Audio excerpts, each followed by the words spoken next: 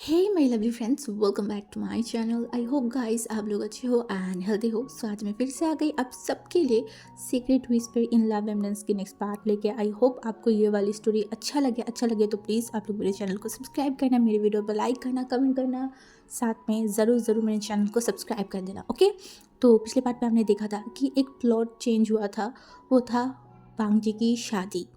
हाँ, अब इसको लेके आगे बहुत सारी ट्विस्ट एंड टर्न्स आने वाला है, बहुत सारी चीज़ें होने वाला है जो कि बहुत ज़्यादा एक्साइटिंग है। आई होप आप स्टोरी को समझ रहे हो। अगर कुछ चीज़ समझ में नहीं आ रहा है, कोई भी कन्फ्यूजन है, तो आप लोग ज़रूर मुझे बता सकते हो। और एक चीज़ है, यहाँ पे जियांगजेंग एंड वैनजिंग के भी कुछ सीन्स है, तो अगर आप लोग देखना चाहते हो तो आप लोग प्लीज़ मुझे बताना, क्योंकि मैं पिछले कुछ पार्ट में मैंने उन लोगों की सीन्स को नहीं दिखाई थी, स्किप करके मैं सिर्फ वांगशंग मोमेंट्स को दिखा रही थी।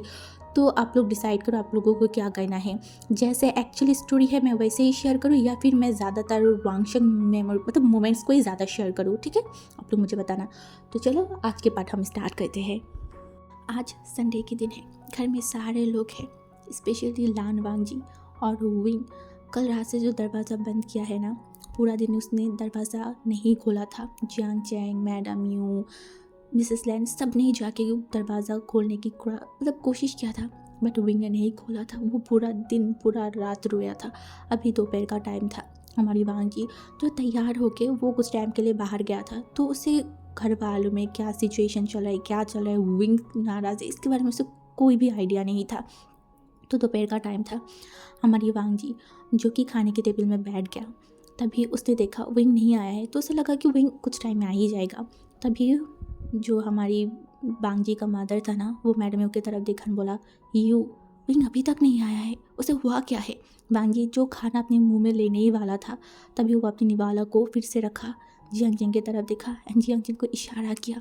जियांगजेंग जो जल्दी से खड़ा हुआ एंड उसके बाद विंग के रूम के पास चला गया था। विंग जो अभी जस्ट शावर लेके आया था, उसकी आँख पूरा रेड हो चुका था, उसकी बालों से पानी टपक रहा था, उसकी जो फेस था ना पूरा फेस लाल हो चुका था, पूरा टाइम रोने की वजह से बहुत अलग दिख रहा था।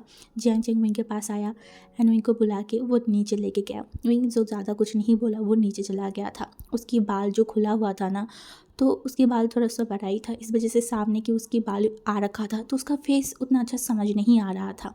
फिर भी वो बैठ गया। जब खाना सर्व किया गया, विंग धीरे धीरे खाना खाने लगा। वह एक बार भी वांगी की तरफ मुड़ के नहीं देखा था।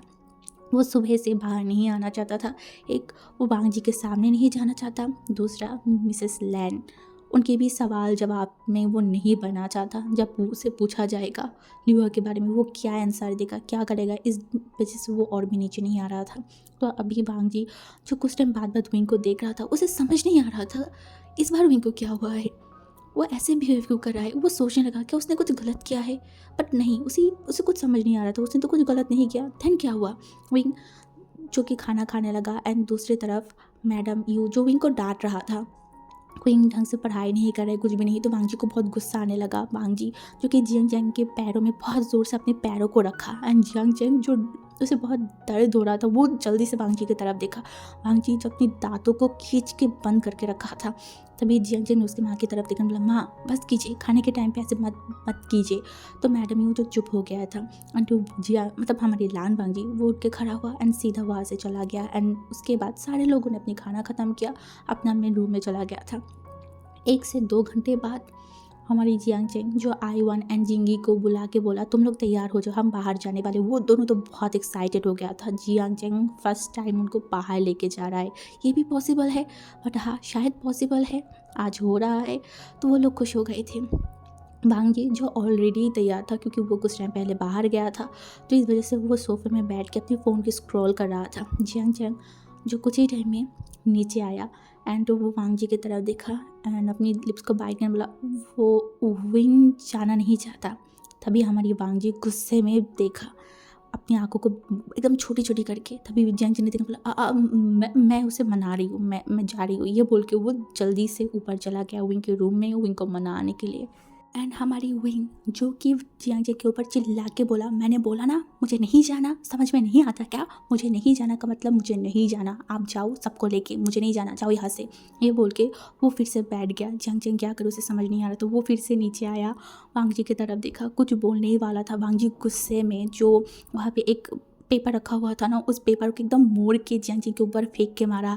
एंड तभी जियांग जी ने देखा, हाँ मैं फिर से जा रही हूँ उसे मनाने के लिए।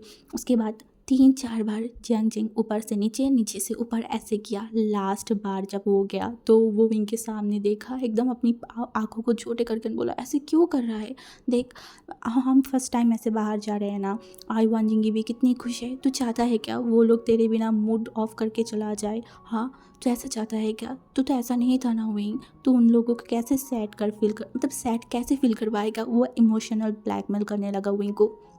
और हमारी विंग था ही मासूम, अब वो क्या ही करता, अपना नहीं तो सही वो आईवान एंड जिंगी के लिए तैयार हो गया।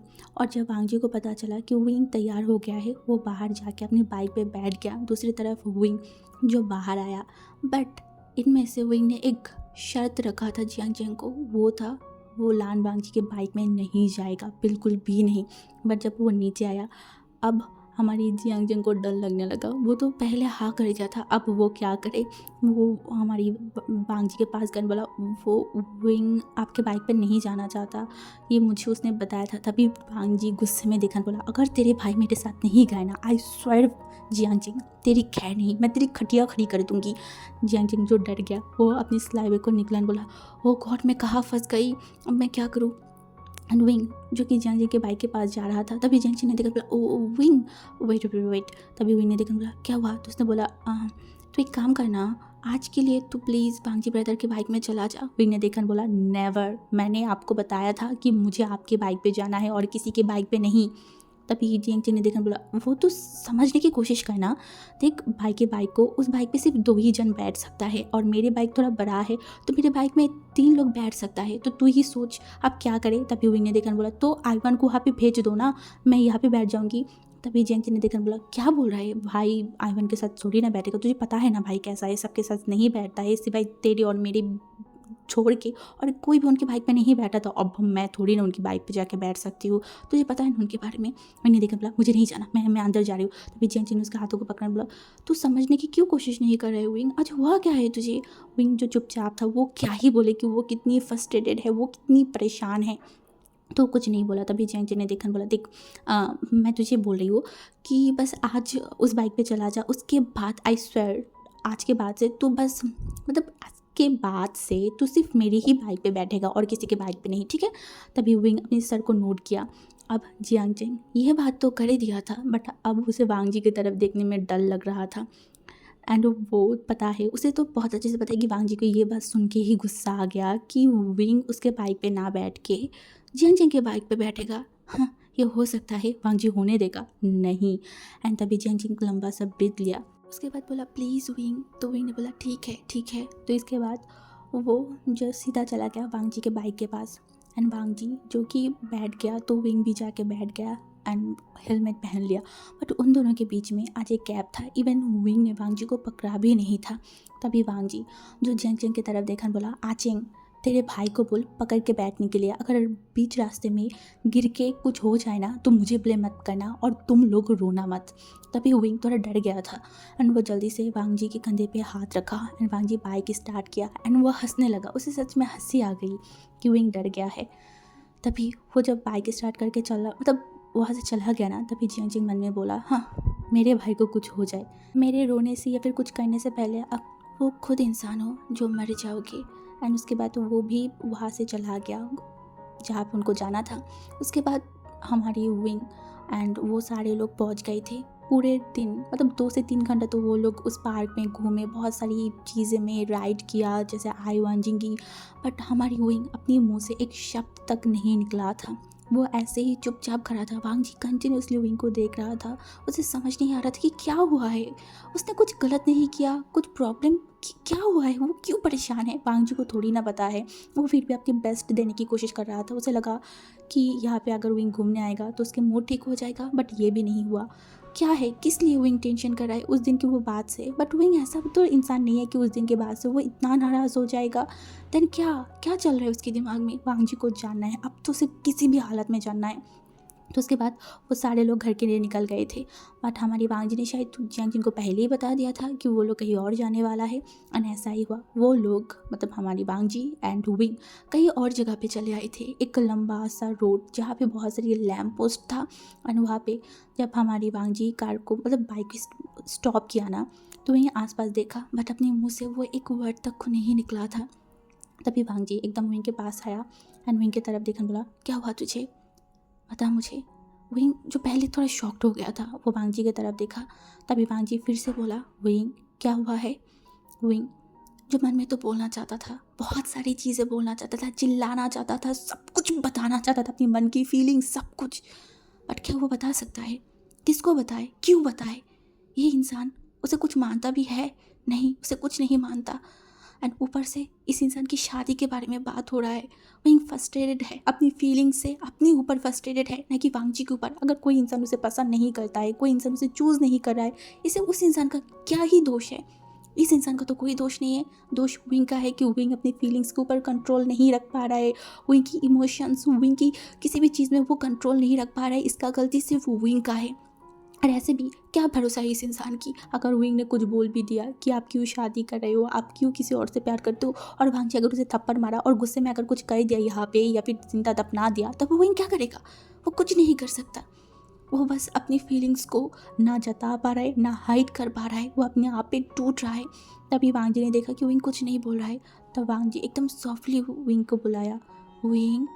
एंड विंग जब अपनी आंखों को एक बार बंद किया, उसके बाद लंबा सा ब्रीथ लिया। ये चीज़ उसे और भी तोड़ रहा है, बहुत हद तक तोड़ रहा है। तभी वांग जी विंग की तरफ देखा और बोला, क्या हुआ है, एडमिशन टेस्ट के लिए डर रहा है क्या। विंग जो ना तो बोलना चाहता था, बट उसने ऐसा नहीं किया, उसने हाँ बोला, अपने सर को नोट किया। तभी वांग जी जो बोला, तो इस बात के लिए इतना परेशान है विंग, क्यों है इतना परेशान। पढ़ाई कर, खाना खा, जो भी करना है कर, कोई भी तुझे कुछ नहीं बोलेगा। और अगर तुझे फ्यूचर में एक अच्छा यूनिवर्सिटी में एडमिशन नहीं मिला तो कोई बात नहीं, मैं तुझे और भी बेटर प्राइवेट यूनिवर्सिटी में मैं तुझे पढ़ाऊंगी। और आई स्वेयर कोई तुझे कुछ नहीं बोलेगा, बट इस तरीके से मुंह लटका के मत बैठा रहे, अच्छा नहीं लगता ना। तभी विंग जो कुछ नहीं बोल रहा था, वो बस अपने सर को नीचे करके रखा था। तभी वांग जी विंग की ठुडी को पकड़ा एंड उसके बाद वो ऊपर गया। वो लैम्प पोस्ट की जो रोशनी एकदम विंग के फेस पे जाके पड़ रहा था। एंड वांग जी को ऐसा लगा कि वह आसमान की चांद कैसा है, उससे भी बहुत प्यारा, बहुत सुंदर। उसके सामने ये चांद है, उसका चांद। वो बस विंग को देखा। तभी विंग वांग जी की टच जब उसे फील हुआ ना, उसका पूरा बॉडी शेक करके उठा। वो जल्दी से अपनी आंखों को खोल के वांग जी की तरफ देखा, दोनों की एकदम आई कांटेक्ट हुआ। तभी वांग जी विंग की तरफ देखा और बोला, मैं नहीं चाहती मेरी विंग इतनी ही जल्दी टूट जाए। मेरी विंग बहुत स्ट्रांग है, मैं हमेशा उसे स्ट्रांग देखना चाहती हूँ। विंग जो अपने मन में दोहराया, मेरा विंग, मेरा विंग। वांग जी पता नहीं उसे उसका बोला है। जब विंग के दिमाग में ये आया ना, विंग का हार्ट बीट बहुत फास्ट हो गया, उनके फेस पे ऑटोमेटिकली एक स्माइल आ गया। और वांग जी विंग की वो स्माइल देख के उसके दिल में एक सुकून फील हुआ था। आज पूरा दिन में वांग जी बहुत बेचैन था विंग को इतना सैड देख के, और अभी विंग स्माइल करे ये देख उसे बहुत अच्छा लगा। This is my sunshine, I always want to see you like this wing.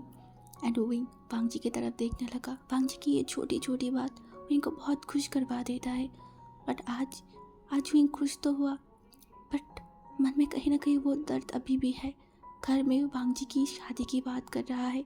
अगर वांग जी और लियुआ की शादी हो जाएगा, विंग कैसे रहेगा, वो कैसे वांग जी को भूल पाएगा।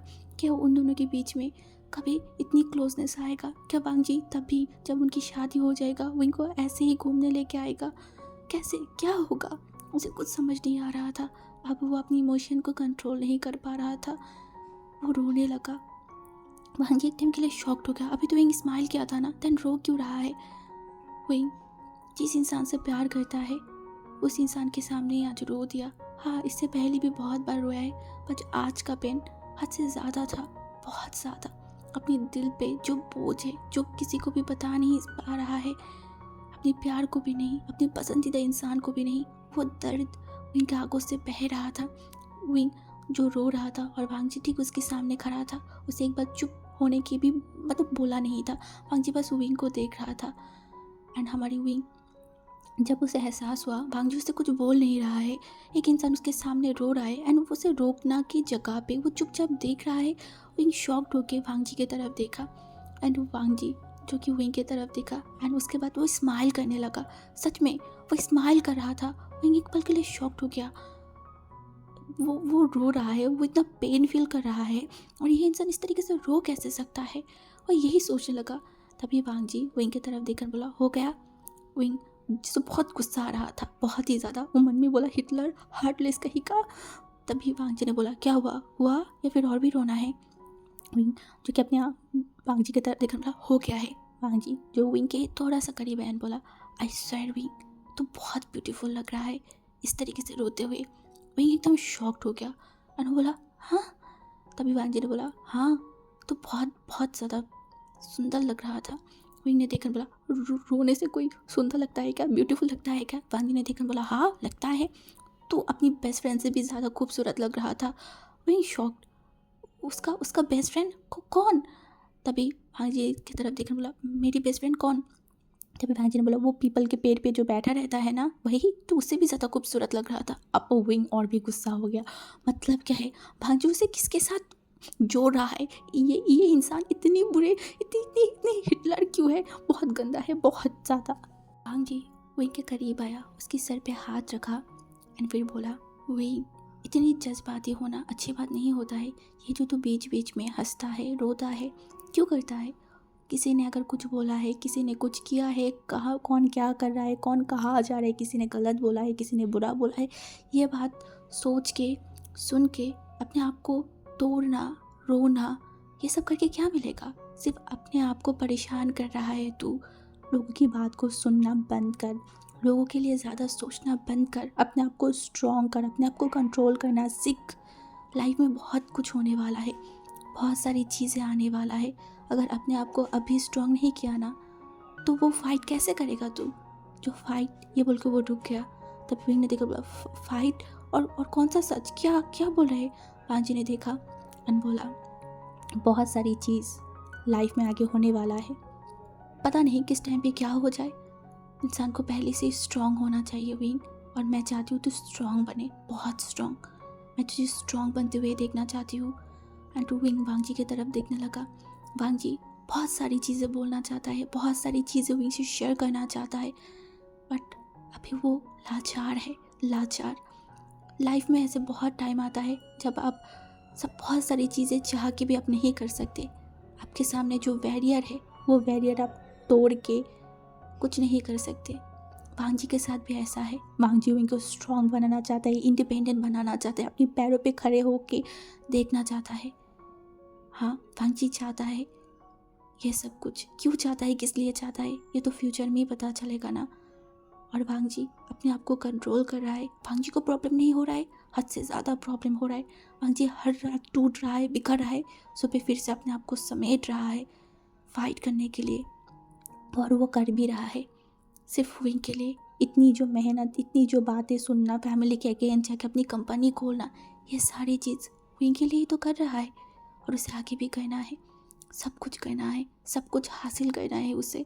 अगर विंग को पाना है, विंग को चाहिए उसे, तो उसे ये सब कुछ करना पड़ेगा।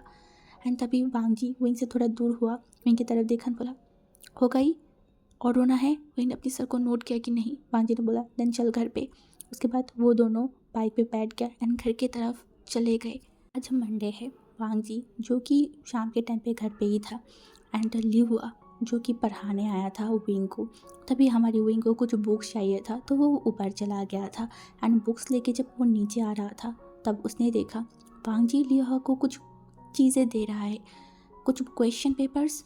एंड तभी लिहुआ वांगजी को कुछ तो बोला है एंड तभी हमारी विंग जल्दी से नीचे आया एंड तभी उसने सुना वांगजी बोल रहा था, तुम ज़्यादा टेंशन मत करो, ठीक है, मैं सब कुछ संभाल लूँगी, और अगर तुम फ्री रहे तो मुझे कॉल करना, ठीक है, मैं सब कुछ देख लूँगी। एंड ये बोल के वांगजी थोड़ा सा दूर हट गया। अब जिसके मन में जो है वो तो वही सोचेगा ना। विंग फिर से गलत सोचने लगा। उन दोनों को लेके।